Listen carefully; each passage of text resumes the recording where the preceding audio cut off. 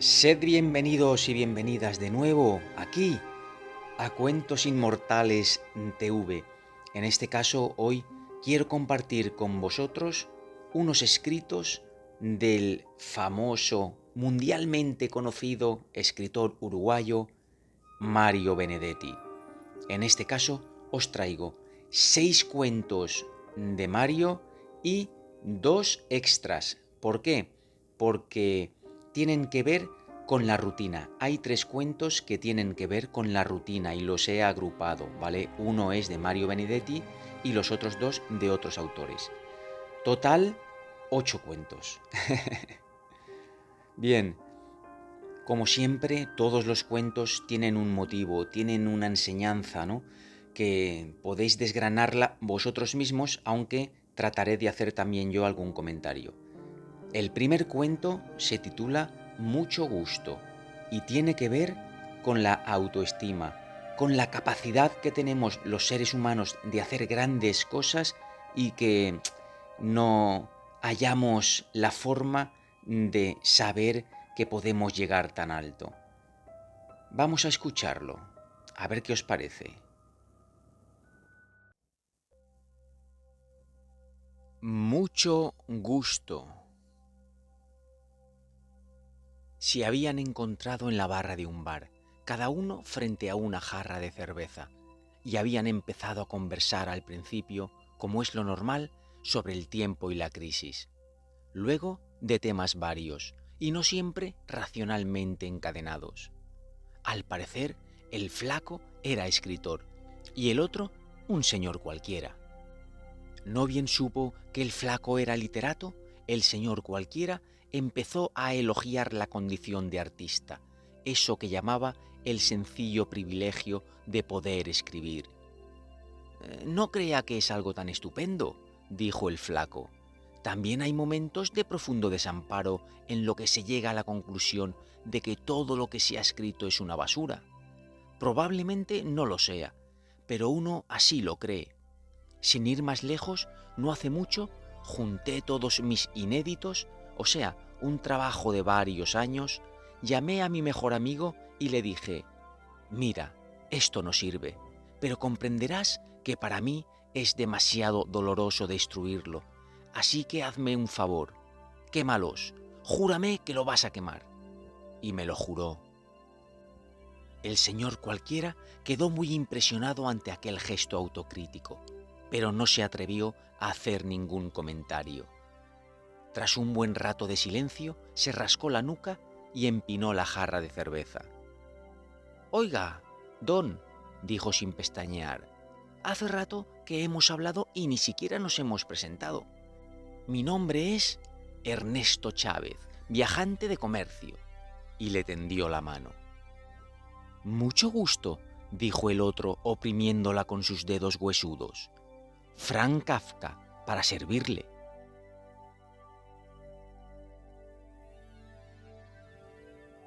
Interesante cuento hiperbreve en esta serie que os he dejado en primer lugar. Fijaros, hasta el mismísimo Franz Kafka tenía dudas acerca de su capacidad, de su trabajo. ¿Sabéis quién era Franz Kafka, verdad? Y pronto os puedo adelantar que pronto traeré también algún relato de Kafka, que son muy, muy, muy, muy interesantes. Pues hasta él tenía dudas. ¿Quién no tiene dudas? Pero hay que tener la autoestima alta, hay que confiar en uno mismo, hay que confiar en la vida. Kafka fue un gran escritor. ¿Por qué todos no podemos ser grandes personas en este mundo? Claro que sí, confiar en vuestras capacidades, confiar, confiar y confiar.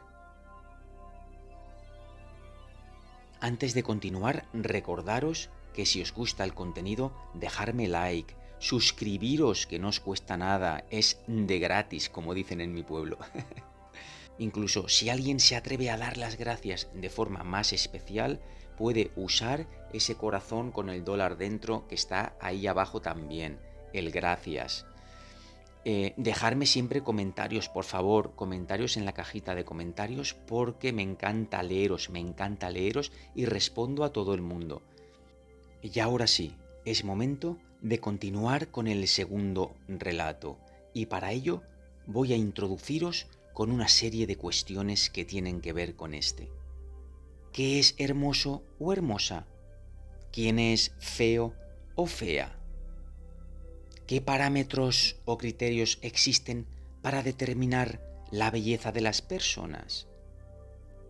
Este relato, La noche de los feos, permite abordar estos dilemas éticos y estéticos a través del encuentro de dos personas marcadas por el dolor de una cicatriz y una deformación.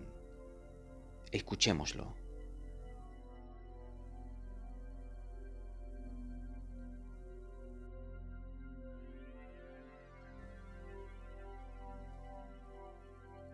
La noche de los feos. Capítulo 1. Ambos somos feos, ni siquiera vulgarmente feos. Ella tiene un pómulo hundido desde los 8 años, cuando le hicieron la operación. Mi asquerosa marca junto a la boca viene de una quemadura feroz, ocurrida a comienzos de mi adolescencia. Tampoco puede decirse que tengamos ojos tiernos, esa suerte de faros de justificación por los que a veces los horribles consiguen arrimarse a la belleza. No, de ningún modo. Tanto los de ella como los míos son ojos de resentimiento, que solo reflejan la poca o ninguna resignación con que enfrentamos nuestro infortunio. Quizá eso nos haya unido. Tal vez unido no sea la palabra más apropiada. Me refiero al odio implacable que cada uno de nosotros siente por su propio rostro. Nos conocimos a la entrada del cine, haciendo cola para ver en la pantalla a dos hermosos cualesquiera. Allí fue donde por primera vez nos examinamos sin simpatía, pero con oscura solidaridad. Allí fue donde registramos, ya desde la primera ojeada, nuestras respectivas soledades. En la cola todos estaban de a dos, pero además eran auténticas parejas, esposos, novios, amantes, abuelitos, vaya uno a saber. Todos, de la mano o del brazo, tenían a alguien. Solo ella y yo teníamos las manos sueltas y crispadas. Nos miramos las respectivas fealdades con detenimiento, con insolencia, sin curiosidad. Recorrí la hendidura de su pómulo con la garantía de desparpajo que me otorgaba mi mejilla encogida. Ella no se sonrojó. Me gustó que fuera dura, que devolviera mi inspección con una ojeada minuciosa a la zona lisa, brillante, sin barba, de mi vieja quemadura. Por fin entramos. Nos sentamos en filas distintas, pero contiguas. Ella no podía mirarme, pero yo, aun en la penumbra, podía distinguir su nuca de pelos rubios, su oreja fresca bien formada. Era la oreja de su lado normal. Durante 1 hora y 45 minutos admiramos las respectivas bellezas del rudo héroe y la suave heroína. Por lo menos yo he sido siempre capaz de admirar lo lindo. Mi animadversión la reservo para mi rostro y a veces para Dios. También para el rostro de otros feos, de otros espantajos. Quizá debería sentir piedad, pero no puedo. La verdad es que son algo así como espejos. A veces me pregunto qué suerte habría corrido el mito si Narciso hubiera tenido un pómulo hundido, o el ácido le hubiera quemado la mejilla, o le faltara media nariz, o tuviera una costura en la frente. La esperé a la salida. Caminé unos metros junto a ella y luego le hablé. Cuando se detuvo y me miró, tuve la impresión de que vacilaba. La invité a que charláramos un rato en un café o una confitería. De pronto aceptó. La confitería estaba llena, pero en ese momento se desocupó una mesa. A medida que pasábamos entre la gente, quedaban a nuestras espaldas las señas, los gestos de asombro. Mis antenas están particularmente adiestradas para captar esa curiosidad enfermiza, ese inconsciente sadismo de los que tienen un rostro corriente, milagrosamente simétrico. Pero esta vez ni siquiera era necesaria mi adiestrada intuición, ya que mis oídos alcanzaban para registrar murmullos, tosecitas y falsas carrasperas. Un rostro horrible y aislado tiene evidentemente su interés, pero dos fealdades juntas constituyen en sí mismas un espectáculo mayor, poco menos que coordinado, algo que se debe mirar en compañía, junto a uno o una de esos bien parecidos con quienes merece compartirse el mundo. Nos sentamos, pedimos 2 helados y ella tuvo coraje, eso también me gustó, para sacar del bolso su espejito y arreglarse el pelo, su lindo pelo. ¿Qué está pensando?, pregunté. Ella guardó el espejo y sonrió. El pozo de la mejilla cambió de forma. Un lugar común, dijo, tal para cual. Hablamos largamente.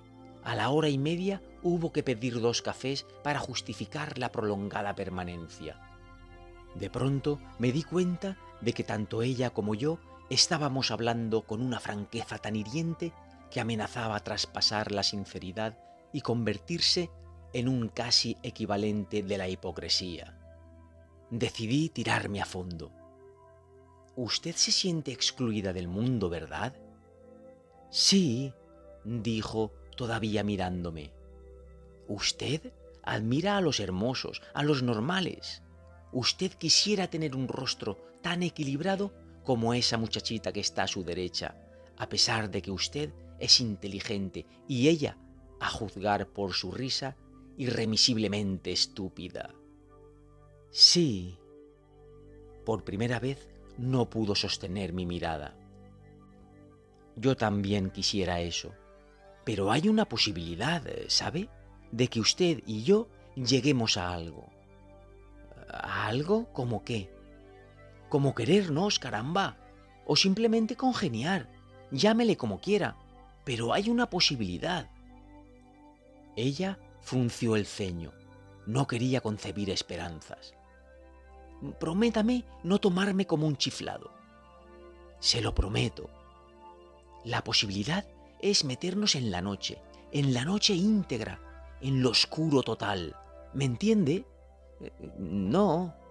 Tiene que entenderme.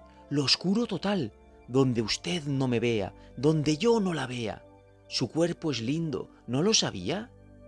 Se sonrojó y la hendidura de la mejilla se volvió súbitamente escarlata. «Vivo solo, en un apartamento, y queda cerca».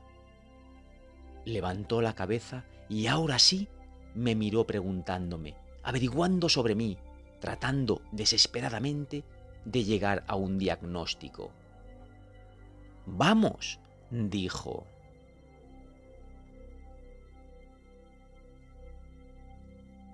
Capítulo 2. No solo apagué la luz, sino que además corrí la doble cortina. A mi lado ella respiraba, y no era una respiración afanosa. No quiso que la ayudara a desvestirse.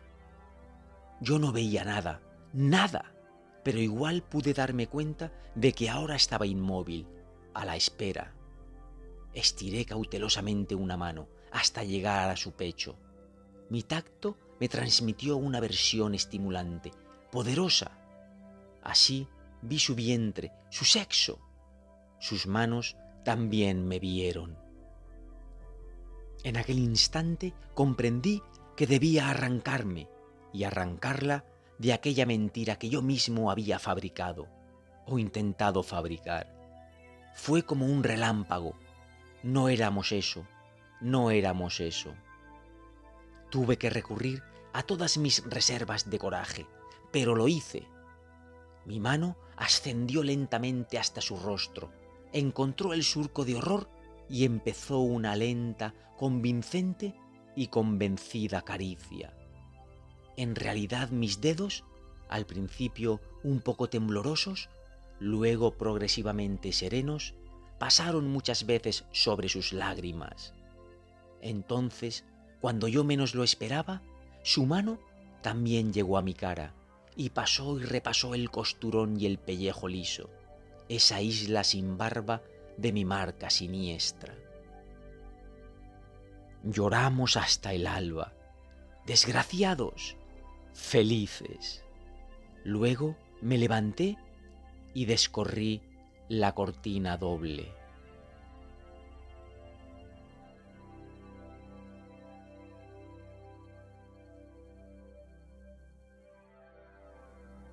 Realmente es un cuento para meditar profundamente.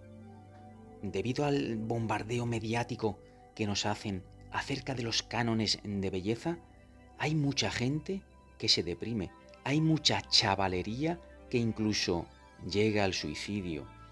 Es un tema que hay que abordar con todo el criterio del mundo, con toda la sutileza del mundo, porque es muy fácil decir, es que lo importante es la belleza interior. Y cuando tienes 15, 16, 17 años, ¿quién te dice eso? Después, cuando eres mayor, pues van cambiando las cosas, tu manera de pensar, la gente con la que te juntas. Pero cuando eres un crío, que todo el mundo, a lo mejor porque tengas la nariz larga o seas más gordito, se meten contigo, ¿cómo luchamos contra eso? Cuidado con eso, cuidado. Hay que estar muy bien mentalmente para lidiar con todas esas cosas. Lo importante es, como decía antes, confiar en uno mismo, sentirse bien con lo que Dios me ha dado. El cuerpo, evidentemente, hay que cuidarlo hasta el final de nuestros días, porque lo vamos a tener hasta que dejemos este plano. Entonces hay que tratar de cuidarlo lo máximo posible, sin obsesionarse, alimentándose, haciendo ejercicio. Pero evidentemente lo más importante es el trabajo del alma y del espíritu. Bueno, vamos a dejar paso al siguiente relato, que es un cuento hiperbreve que tiene que ver con la amistad y una discusión que hay entre amigos. Fijaros bien porque al final pasa algo y tenéis que estar bien atentos para descubrirlo. Ahora hablamos.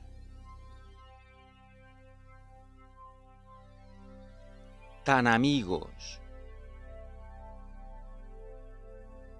Bruto calor, dijo el mozo. Pareció que el tipo de azul iba a aflojarse la corbata, pero finalmente dejó caer el brazo hacia un costado. Luego, con ojos de siesta, examinó la calle a través del enorme cristal fijo. «No hay derecho», dijo el mozo, «en pleno octubre y achicharrándonos». «Ay, no es para tanto», dijo el de azul sin énfasis. «¿No? ¿Qué deja entonces para enero?» «Más calor, no se aflija». Desde la calle, un hombre flaco, de sombrero, miró hacia adentro, formando pantalla con las manos para evitar el reflejo del ventanal. En cuanto lo reconoció, abrió la puerta y se acercó sonriendo. El de azul no se dio por enterado hasta que el otro se le puso delante. Solo entonces le tendió la mano. El otro buscó de una ojeada rápida cuál de las 4 sillas disponibles tenía el hueco de pantasote que convenía mejor a su trasero. Después se sentó sin aflojar los músculos. «¿Qué tal?», preguntó todavía sonriendo. «Como siempre», dijo el de azul. Vino el mozo, resoplando, a levantar el pedido. «Un café, livianito, por favor». Durante un buen rato estuvieron callados mirando hacia afuera. Pasó, entre otras, una inquietante mujercita en blusa y el recién llegado se agitó en el asiento. Después sacudió la cabeza significativamente como buscando el comentario, pero el de azul no había sonreído. «Lindo día para ser rico», dijo el otro. «¿Por qué?» «Te echas en la cama, no pensás en nada y a la tardecita, cuando vuelve el fresco, empezás otra vez a vivir». «Depende», dijo el de azul. «¿Eh? También se puede vivir así». El mozo se acercó, dejó el café liviano y se alejó con las piernas abiertas, para que nadie ignorase que la transpiración le endurecía los calzoncillos. «Tengo la patrona enferma, ¿sabes?», dijo el otro. «¿Ah, sí? ¿Qué tiene?» «No sé, fiebre y le duelen los riñones». «Hacela ver». «Claro». El de azul le hizo una seña al lustrador. Este escupió medio escarbadientes y se acercó silbando. «Hace unos días que andás de trompa», dijo el otro. «¿Sí? Yo sé que la cosa es conmigo». El lustrador dejó de embetunar y miró desde abajo, con los dientes apretados, entornando los ojos. «Lo que pasa es que vos embalás enseguida». «¿De veras? Se te pone que un tipo estuvo mal y ya no hay quien te frene. ¿Vos qué sabés por qué lo hice?» «¿Por qué hiciste qué?» «¿Ves? Así no puede ser. ¿Qué te parece si hablamos con franqueza?» «Bueno, habla». Ambos miraban el zapato izquierdo que empezaba a brillar. El lustrador le dio el toque final y dobló cuidadosamente su trapito. «Son 25», dijo. Recogió el peso, entregó el vuelto y se fue silbando hacia otra mesa, mientras volvía a masticar la mitad del escarbadientes que había conservado entre las muelas. «¿Te crees que no me doy cuenta? A vos se te ocurrió que yo le hablé al viejo para dejarte mal. ¿Y? No fue para eso, ¿sabes? No soy tan cretino». «¿No? Le hablé para defenderme.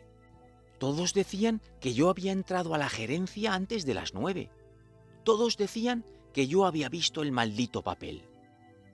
«Eso es, pero yo sabía que vos habías entrado más temprano». Un chico rotoso y maloliente se acercó a ofrecer pastillas de menta. Ni siquiera le dijeron que no.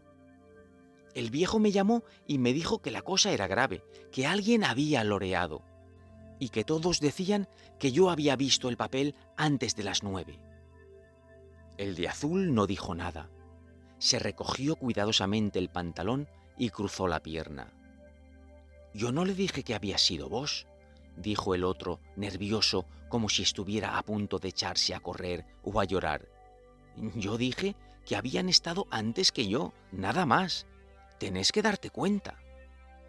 «Me doy cuenta». «Yo tenía que defenderme. Si no me defiendo, me echa.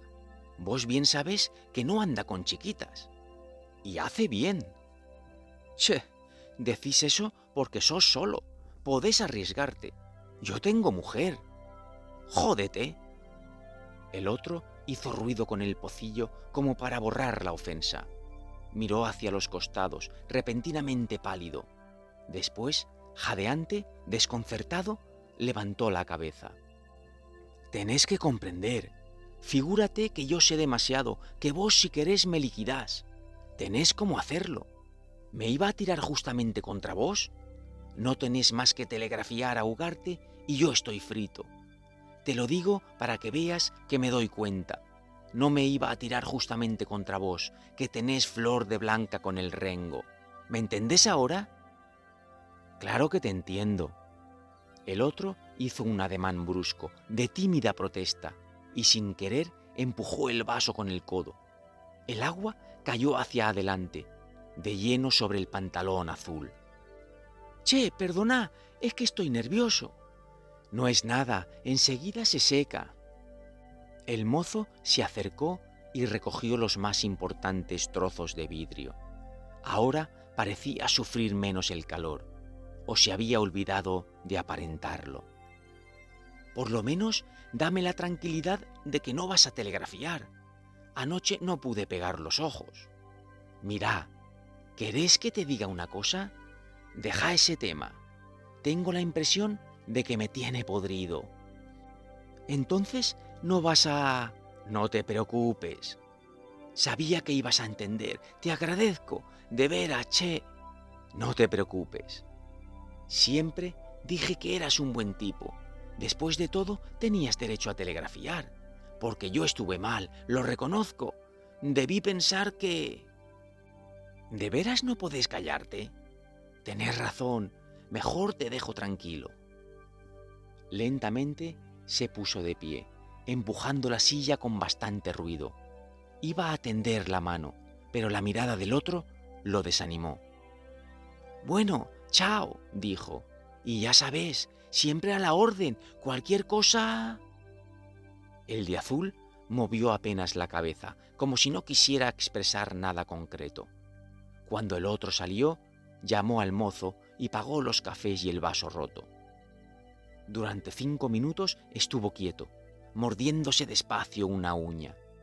Después se levantó, saludó con las cejas al lustrador y abrió la puerta.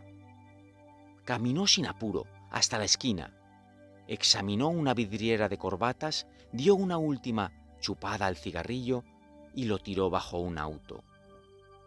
Después cruzó la calle y entró en la oficina de telégrafos.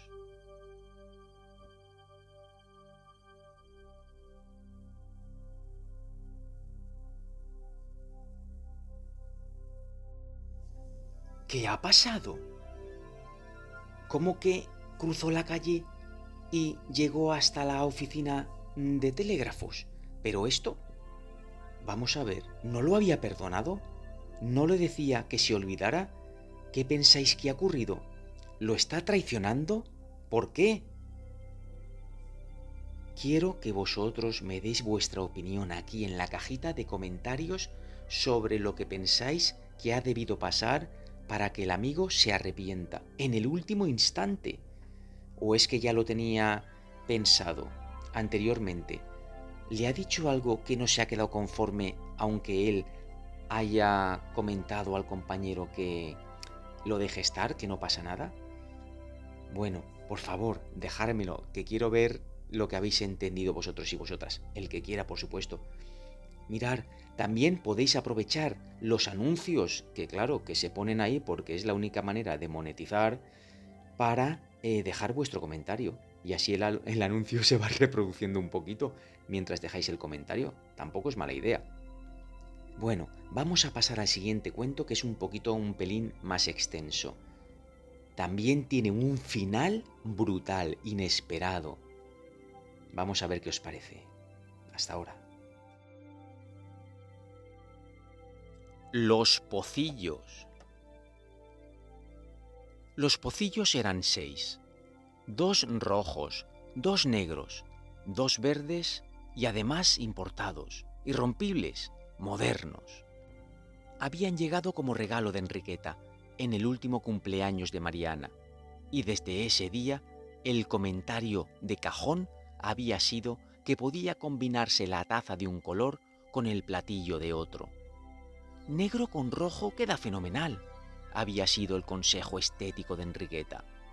Pero Mariana, en un discreto rasgo de independencia, había decidido que cada pocillo sería usado con su plato del mismo color. «El café ya está pronto, ¿lo sirvo?», preguntó Mariana.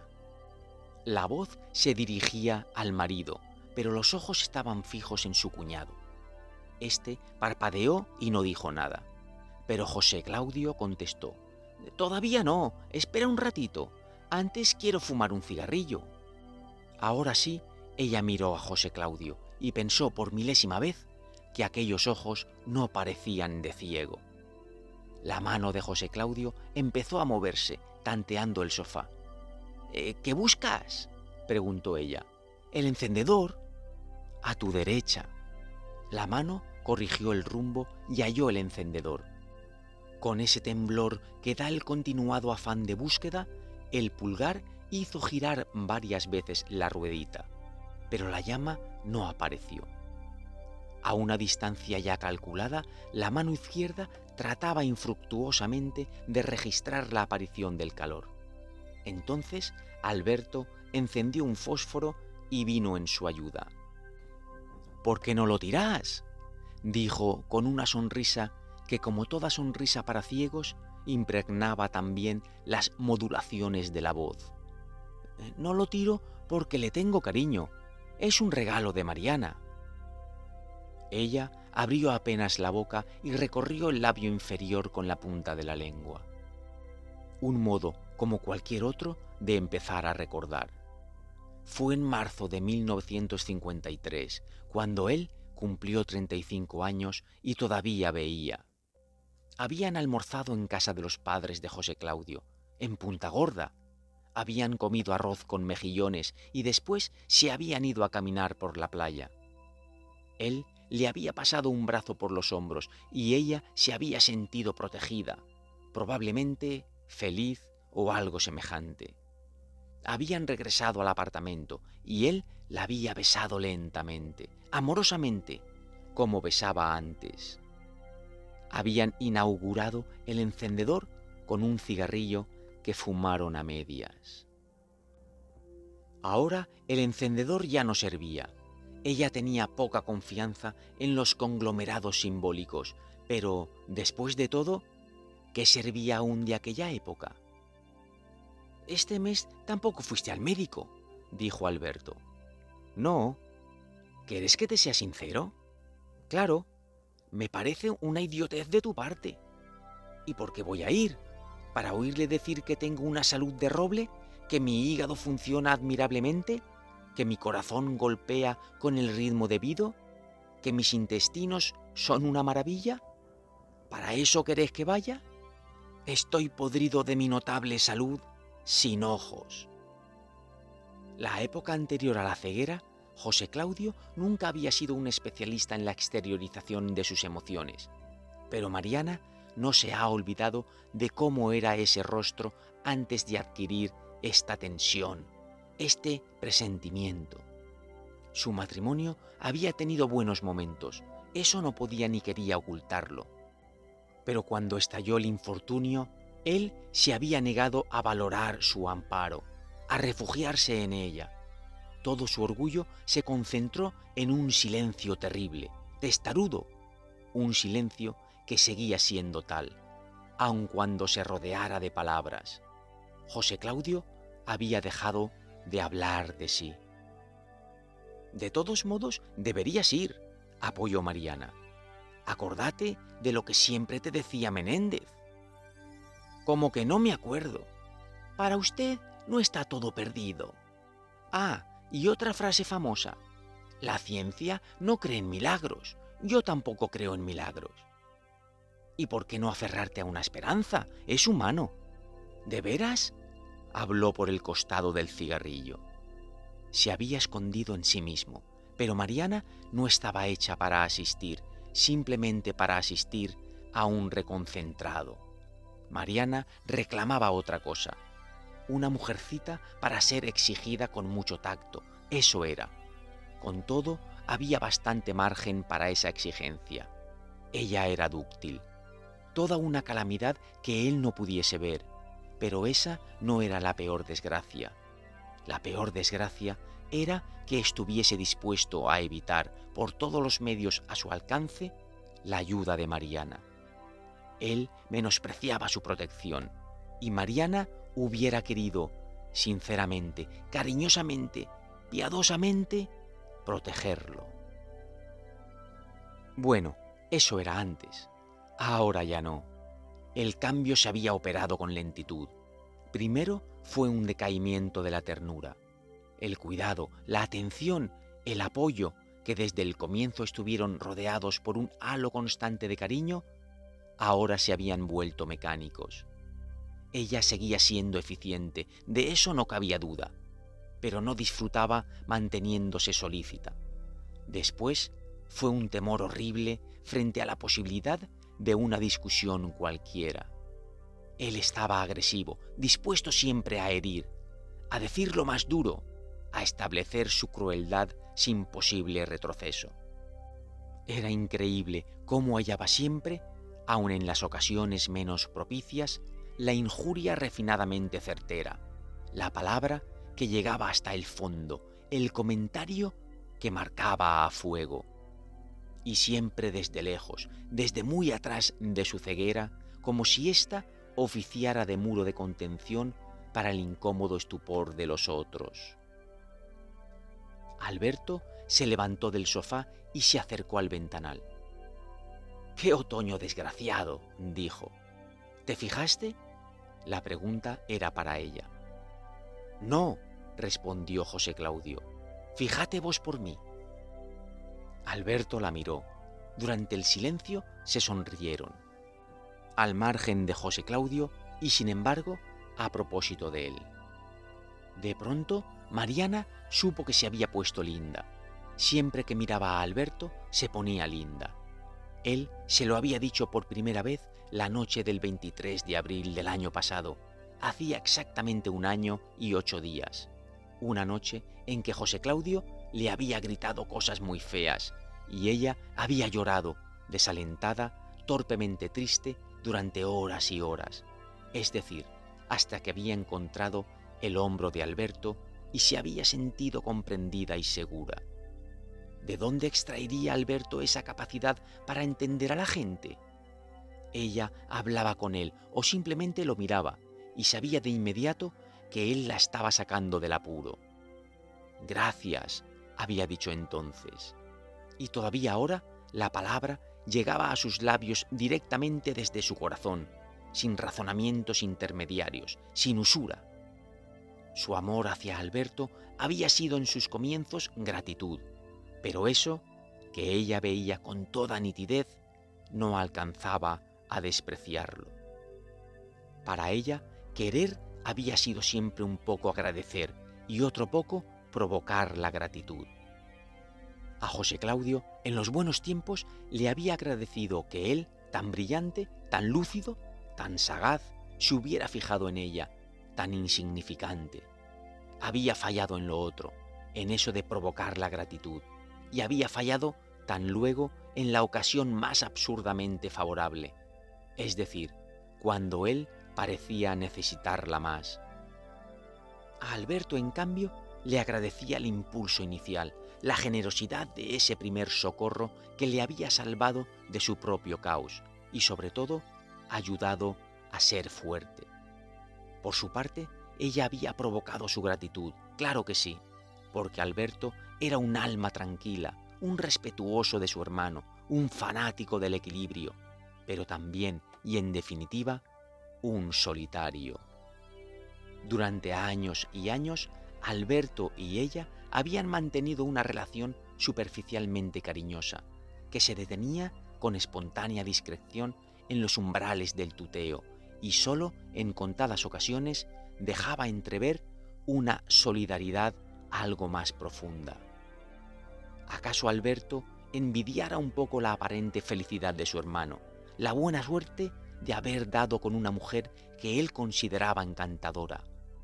En realidad, no hacía mucho que Mariana había obtenido la confesión de que la imperturbable soltería de Alberto se debía a que toda posible candidata era sometida a una imaginaria y desventajosa comparación.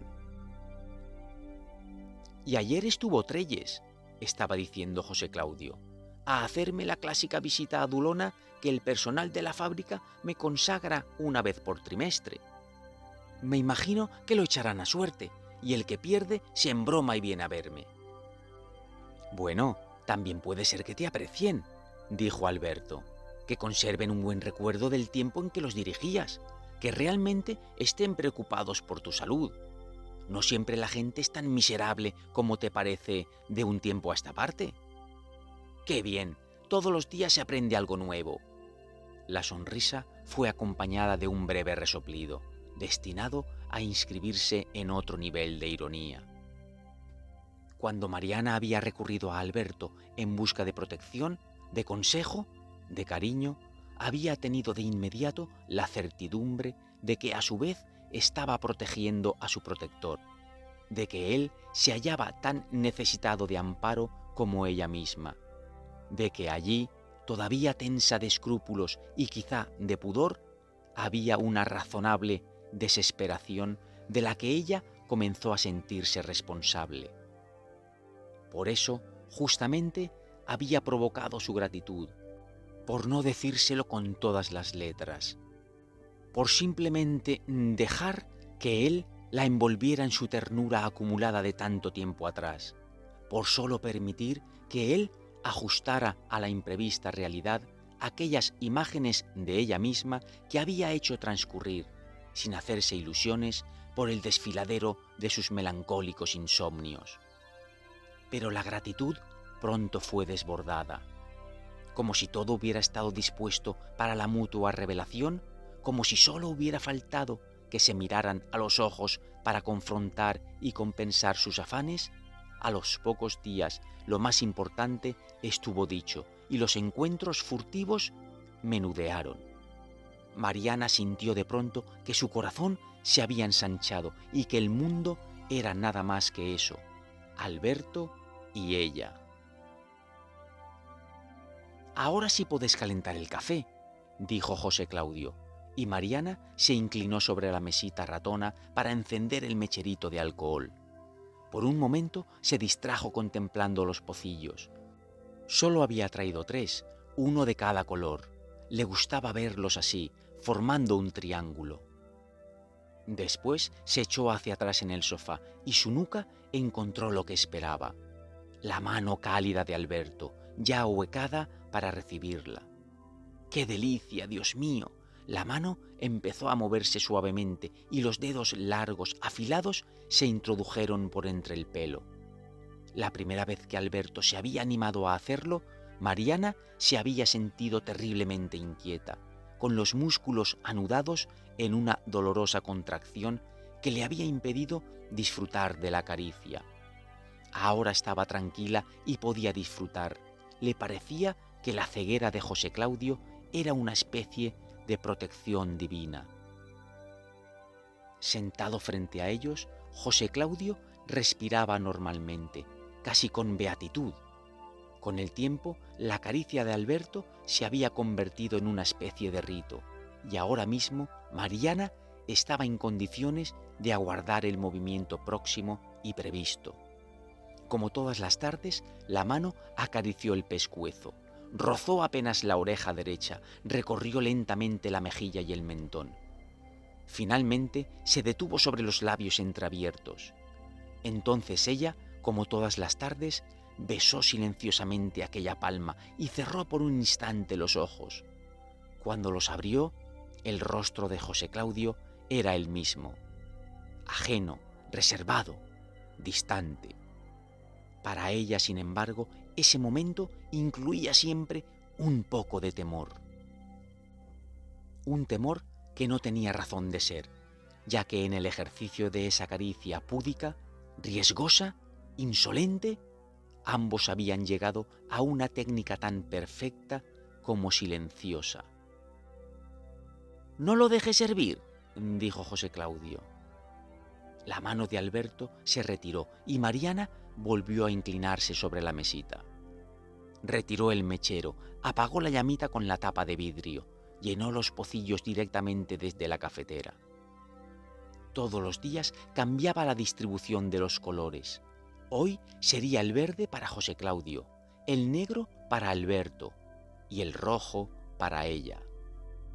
Tomó el pocillo verde para alcanzárselo a su marido, pero antes de dejarlo en sus manos se encontró además con unas palabras que sonaban más o menos así: «No, querida, hoy quiero tomar en el pocillo rojo».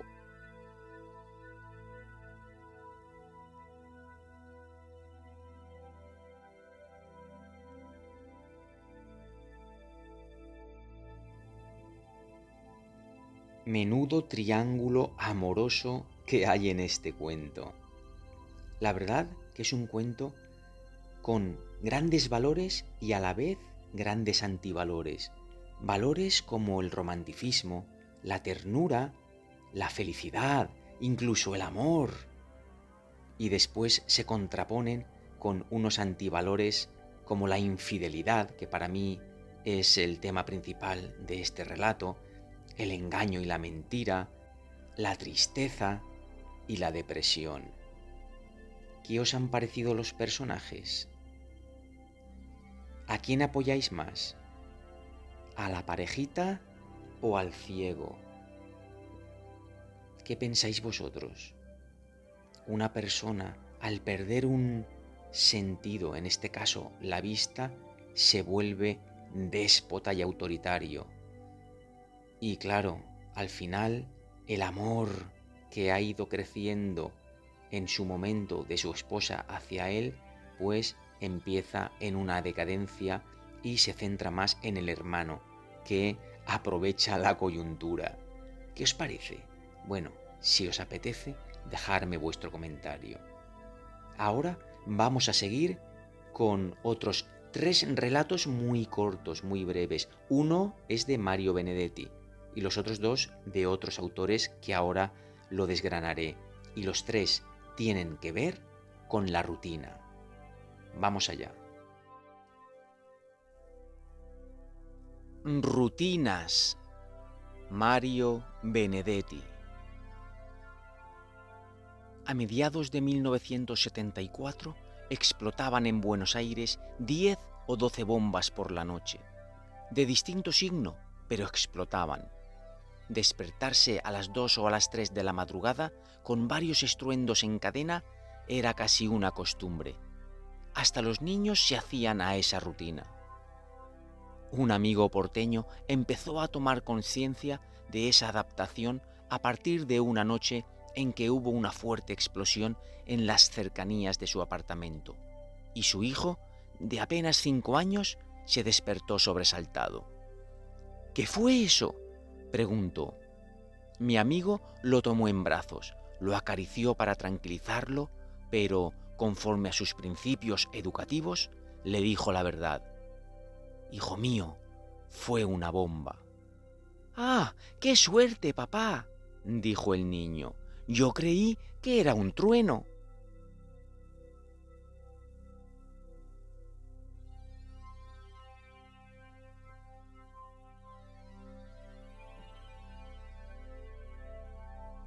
Costumbres. Francisco Rodríguez Criado. Jacques Rousseau dijo que la única costumbre que hay que enseñar a los niños es que no se sometan a ninguna. Le quedó muy bonita la cita al filósofo ginebrino, pero, bajando a la cruda realidad, ¿qué sería de los adultos sin el orden que facilitan las rutinas? A mi primo Ignacio, sin ir más lejos, en los 13 meses que pasó en la capital de España mientras hacía el servicio militar, le atracó 2 veces el mismo ladrón, un tipo gordo, alto y con coleta. A la misma hora, las 7 de la tarde, en el mismo lugar, las inmediaciones de la estación de metro de Antón Martín, y el mismo día de la semana, un sábado. Bueno, 2 sábados, quiero decir. En la segunda ocasión, mi primo, sin cartera y sin orgullo, después de recriminarle al ladronzuelo que le asaltara por segunda vez en menos de un mes, le rogó que al menos le dejara dinero suficiente para tomar un taxi y volver al cuartel. El ladrón se apiadó de él y le prestó a mi primo algunas de las monedas que acababa de quitarle navaja en mano. Sirva esta pequeña historia, querido Rousseau, para recalcar el hecho de que el ser humano es como es, y llegada la hora de cometer sus delitos, incluso los ladrones son gentes de costumbres, y a veces sus víctimas también.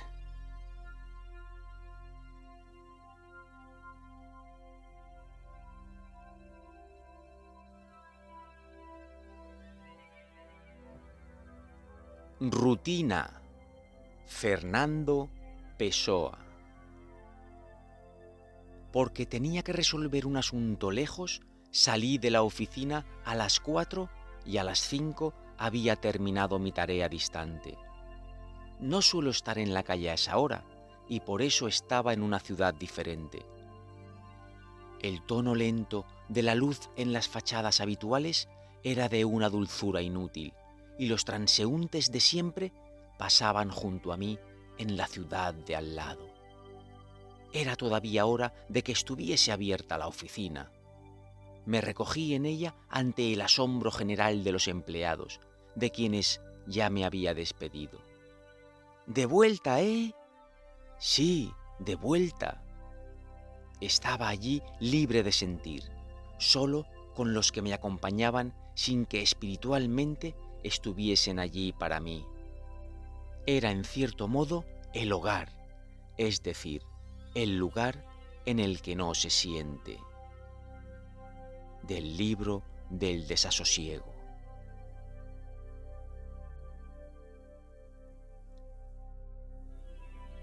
¿Qué tal? ¿Cómo vais? ¿Cuál de los 3 cuentos acerca de rutinas os ha parecido más interesante? Mirad, voy a aprovechar para recomendaros un libro de nuestro autor de hoy, Mario Benedetti, que se titula La tregua, una gran novela corta. ¿Por qué os digo esto? Porque ahí, en La tregua, un día me encontré una frase que ya jamás pude olvidar, y decía: «Hoy ha sido un día feliz, solo rutina». Y en aquel momento me gustó. Con el paso del tiempo me he dado cuenta que esa frase es lo peor que te puede pasar en esta vida, tener una vida rutinaria. ¡Qué tristeza, qué infelicidad! Yo quiero variedad, quiero aventura. Sí, el día a día es el día de la marmota, siempre se repite lo mismo, pero en cuanto puedo, hacer un break para romper esa rutina y vivir la vida de la manera que tu corazón te dicte. Eso es lo que yo pienso. Bien, recordar La tregua, gran libro. Y ahora vamos a pasar ya al último relato. Un relato un poquito más extenso que los demás, pero no carente de enseñanzas y valores. Espero que os guste. Vamos a por él. El retrato de Elisa. Había montado en el caballo del presidente Tajes. Había vivido en una casa de 15 habitaciones con un cochero y 4 sirvientas negras. Había viajado a Francia a los 12 años y todavía conservaba un libro encuadernado en piel humana que un coronel argentino le había regalado a su padre en febrero de 1874. Ahora no tenía ni un cobre, vivía en la ominiosa caridad de sus yernos, usaba una pañoleta con agujeros de lana negra y su pensión de 32 pesos estaba menguada por 2 préstamos amortizables. No obstante, aún quedaba el pasado para enhebrar recuerdo con recuerdo, acomodarse en el lujo que fue y juntar fuerzas para odiar escrupulosamente su miseria actual. A partir de la segunda viudez, Elisa Montes había aborrecido con toda su increíble energía aquella lenta sucesión de presentes. A los 20 años se había casado con un ingeniero italiano que le dio 4 hijos, 2 muchachas y 2 varones, y murió muy joven, sin revalidar su título ni dejarle pensión. Nunca quiso mucho a ese primer marido, inmovilizado ahora en fotos amarillentas, con agresivos bigotes a lo Napoleón III y ojitos de mucho nervio, finos modales y asfixiantes problemas de dinero. Ya en esos años ella hablaba largamente de su antiguo cochero, sus sirvientas negras, sus 15 habitaciones, a fin de que el hombre se sintiera hostigado y poca cosa, en su modesto hogar con jardincito y sin sala. El italiano era callado, trabajaba hasta la madrugada para alimentarlos y vestirlos a todos. Por fin no aguantó más y se murió de tifus. En esa desgraciada ocasión, Elisa Montes no pudo recurrir a sus parientes, pues estaba enemistada con sus 3 hermanos y con sus 3 cuñadas. Con estas porque habían sido costureras, empleaditas, cualquier cosa. Con aquellos porque les habían dado el nombre. En cuanto a los bienes materiales, hacía tiempo que su difunto padre los había dilapidado en juego y malas inversiones. Elisa Montes optó por recurrir a las viejas amistades, luego al Estado, como si unas y otro tuviesen la obligación de protegerla, pero halló que todos, el Estado inclusive, tenían sus penurias privadas. En este terreno las conquistas se limitaron a algunos billetes sueltos y a la humillación de aceptarlos. De modo que cuando apareció don Gumersindo, el estanciero analfabeto, también viudo pero que le llevaba 20 años y pico, ella se había resignado a hacer puntillas que colocaba en las tiendas más importantes, gracias a una recomendación de la señora de un general colorado, con la cual había jugado al volante y al diablo en lejanos otoños de una dulce, imposible modorra. Hacer puntilla era el principio de la declinación, pero escuchar las insinuaciones soeces y las risotadas estomacales de don Gumersindo significaba la decadencia total. Tal hubiera sido la opinión de Elisa Montes de haberle ocurrido eso a alguna de sus pocas amigas, pero dado que se trataba de ella misma, tuvo que buscar un atenuante y aferrarse tercamente a él. El atenuante, que pasó a ser uno de los grandes temas de su vida, se llamó los hijos. Por los hijos se puso a hacer puntillas, por los hijos escuchó al estanciero. Durante el breve noviazgo, don Gumersindo Olmedo la cortejó usando la misma ternura que dedicaba a sus vacas, y la noche en que, recurriendo a su macizo vocabulario, le enumeró la lista de sus bienes, ella acabó por decidirse y aceptó la rotunda sortija. Sin embargo, los varones ya eran mayorcitos. Juan Carlos tenía 18 años, había cursado 3 de inglés y 2 de italiano, pero vendía plantas en la feria dominical. Aníbal Domingo tenía 16 y llevaba los libros de una mensajería. Las muchachas, que eran dóciles, prácticas y bien parecidas, se fueron al campo, acompañando a la madre y al padrastro. Fue allí que tuvo lugar la primera sorpresa. Olmedo, en su rudimentaria astucia, había confesado las vacas, los campos de pastoreo, hasta la cuenta bancaria, pero de ningún modo los 3 robustos hijos de su primer matrimonio. Desde el primer día, estos se comieron con los ojos a las 2 hermanas, que aunque gorditas y coquetonas, no habían franqueado aún la pubertad. Elisa tuvo que intervenir en 2 oportunidades a fin de que la rijosa urgencia de los chicos no pasara a menores. Instalado en su estancia, el viejo no era el mismo bruto inofensivo que había camelado a Elisa en Montevideo. Rápidamente, las muchachas y la madre aprendieron que no era cosa de reír cuando lo veían acercarse por el patio de piedra, las piernas muy abiertas y las puntas de las botas hacia afuera. En su feudo, el hombre sabía mandar. Elisa, que se había casado por sus hijos, se resignó a que las muchachas y ella misma pasaran hambre, porque Olmedo no aflojaba ni un cobre y se encargaba personalmente de las escasas compras. Tenía la obsesión del aprovechamiento de las horas libres, y por más que para un extraño su avaricia pudiera resultar divertida, las hermanas no opinaban lo mismo cuando el padrastro las tenía durante horas enderezando clavos. Así empezó Elisa su letanía favorita, y en las noches de sexo y mosquitera se permitía recordarle a Olmedo las excelencias de su primer marido. El viejo sudaba y nada más. Todo parecía indicar que sería lo bastante fuerte como para resistir las maldiciones.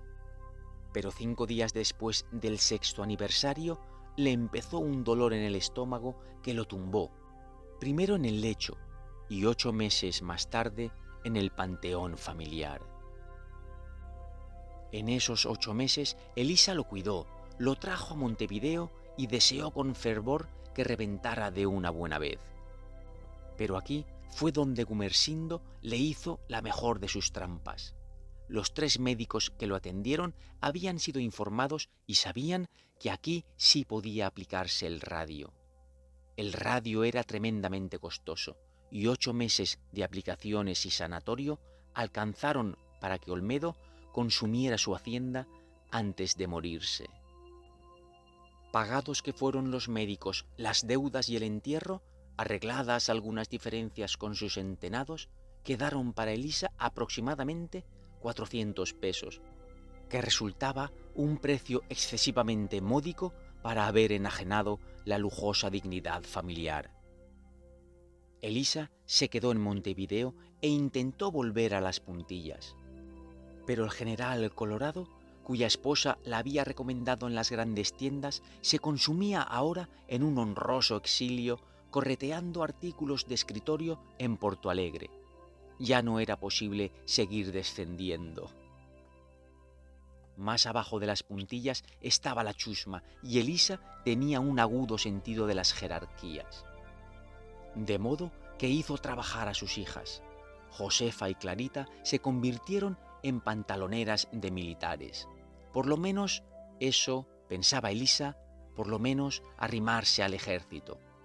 Ella, por su parte, empezó a fastidiar tesoneramente a ministros, directores de oficinas, jefes de sección, conserjes y hasta a los peluqueros de los prohombres. A los 2 años de hacerse insoportable en cualquier antesala, obtenía una increíble pensión cuyos fundamentos nadie sabía a ciencia cierta. Tuvo la felicidad de casar a sus hijas en el mismo año y desde entonces se dedicó a los yernos. El marido de Josefa era un tipo tranquilo, comilón. Había heredado del padre una ferretería de barrio, y él, sin reformar el menor detalle, sin agregar un solo renglón, había seguido empujando el negocio por el cauce de siempre.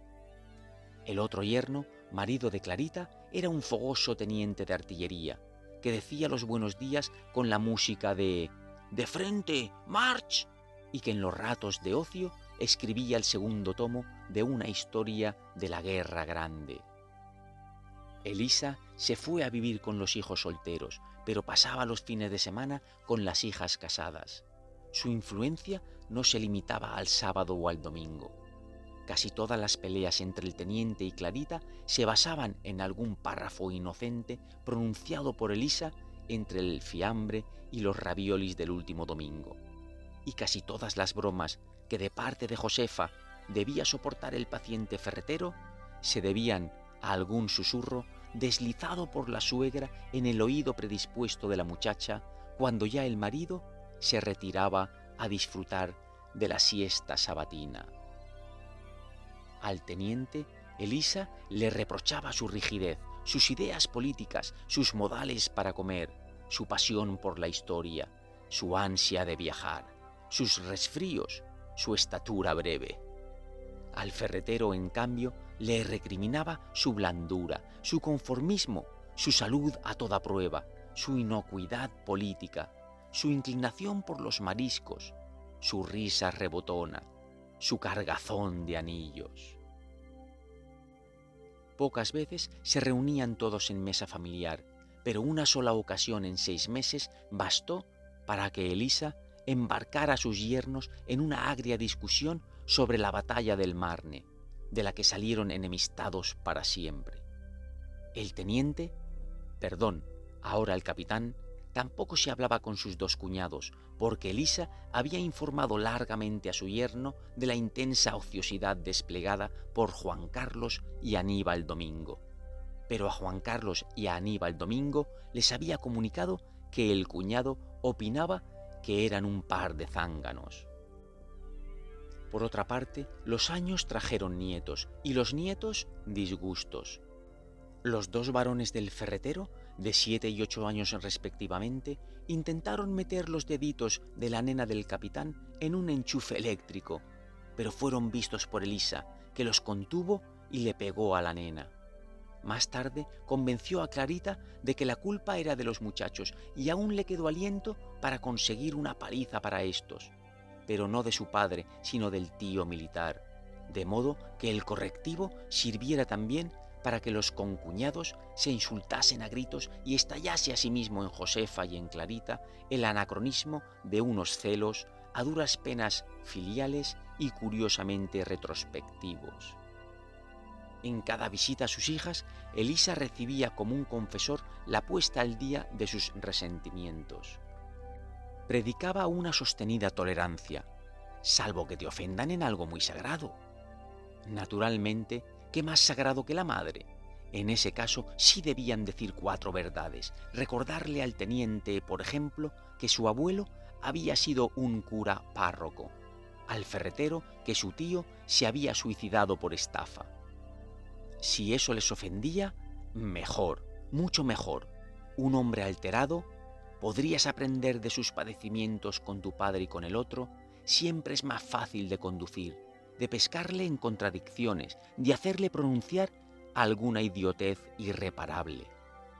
Lo malo era que a veces perdían los estribos y recurrían a los golpes, pero no había que desalentarse. Una bofetada recibida era siempre una buena inversión, significaba por lo menos un largo semestre de concesiones y arrepentimientos. Pero Elisa no había tenido en cuenta el sexo.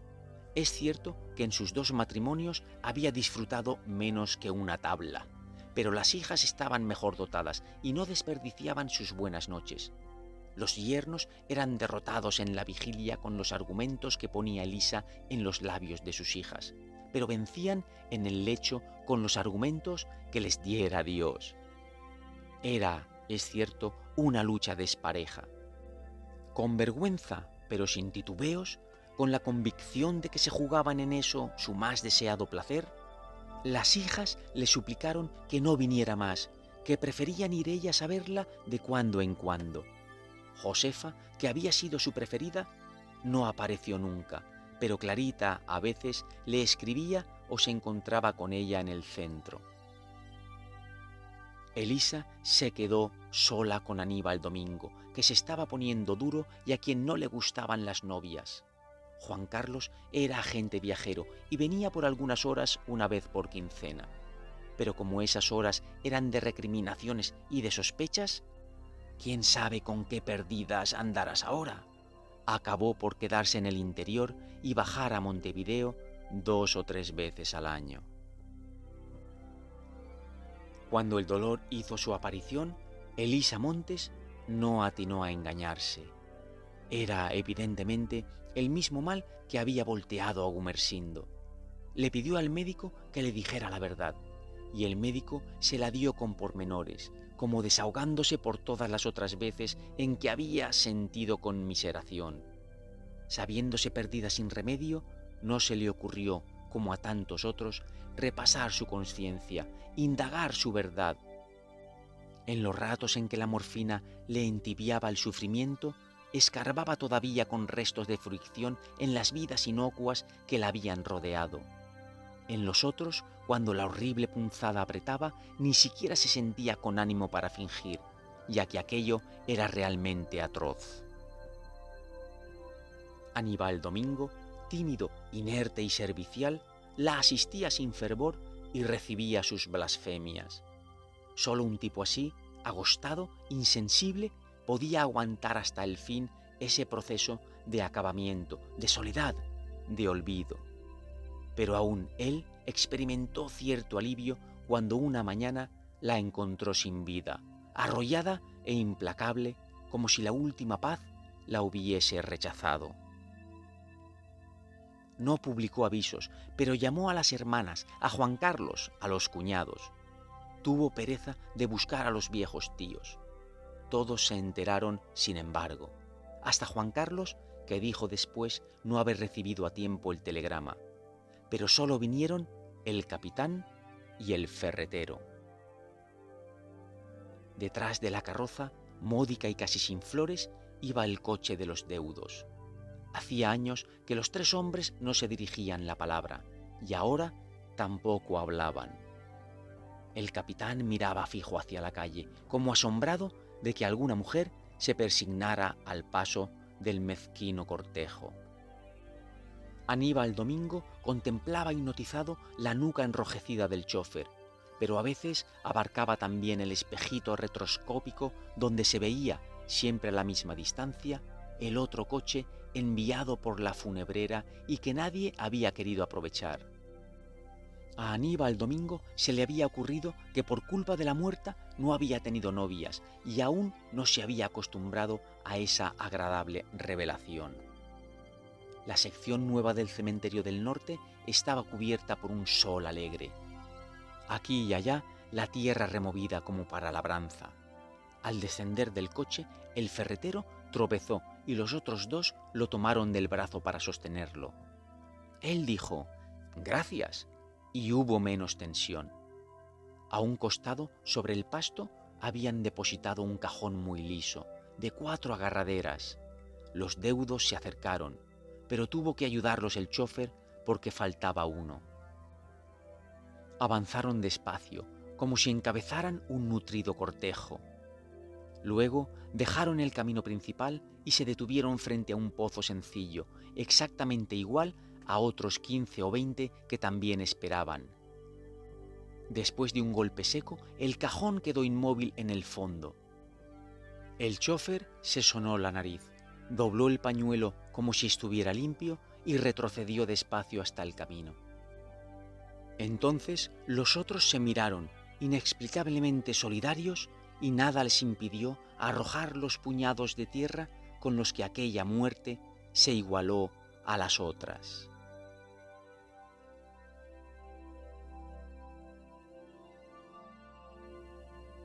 Y hasta aquí hemos terminado los cuentos de Mario Benedetti de hoy.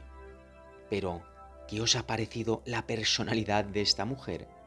Una mujer sin sentimientos, una mujer déspota y malmetedora, una mujer seca de espíritu y de dinero, pero no de nombre relumbrante, pero muerto. ¿Qué os ha parecido? Sé que muchas de vosotras sois madres. Sois madres, incluso hay muchas que sois ya abuelitas. ¿Sois madres, sois abuelas controladoras? ¿O dejáis a vuestros hijos libertad para vivir? ¿Prestáis ayuda cuando se os pide? ¿O estáis a toda hora metiendo donde no os llaman? Es que eso parece que no, pero es algo importante, ¿eh? Importante. Siempre os lo digo con todo el respeto. Por supuesto. La que quiera me puede contestar ahí abajo. Incluso vosotros, si sois hombres, también sois muy controladores. Estáis siempre encima de vuestros hijos. No le dejáis crecer a través de sus errores. Es importante eso, pensar en eso. Bien. Ay, que me llevo el micrófono. Muchas gracias por haber estado ahí hasta el final conmigo, aquí en el espacio de Cuentos Inmortales TV. Dar like si os ha parecido interesante, suscribiros y no dejéis de estar atentos al canal, porque no paramos de subir cositas. Un gran beso, un abrazo de luz y hasta la próxima. ¡Chao!